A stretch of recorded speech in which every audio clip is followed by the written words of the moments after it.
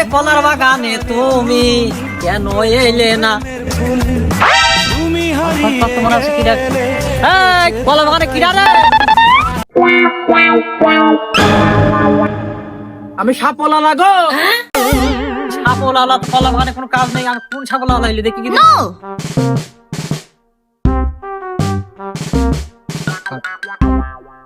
তুমি এদিকে এসো, তুমি এদিকে এসো।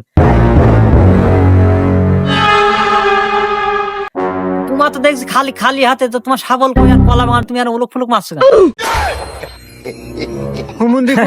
আর বাপু সাপল বলতে এত উলুক ফুলুক খুঁজা খুঁজি, মেন বিষয়টা আমার হাতে বলো দিনি বাপু একটু। না, মানে তোমার এই বৌমা কলা বাগানে এলে দেখলাম, তাই খুঁজ দিলাম। দেখো দেখো, আমার কলা বাগানে সেরকম তো জ্যোতিরও নাই।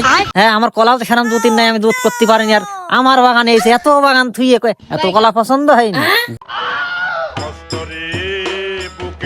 চাচা কিছু বললে নাকি? না বাপু, কি আর বলবো, মানে আমার তো বয়স চলে গেছে, কলা মলা এখানে জোত করতে পারছে না, শক্তিশালী নাই। গাছ সোজা করতে কি কলা নড়বড় হয়ে যাচ্ছে।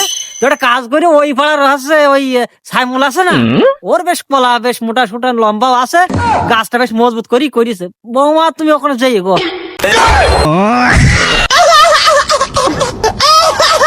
চাচা কলা কি আমার নীতি বললে না চাচার বৌমার নীতি বললে? আমি তো কিছু বুঝতে পারলাম না।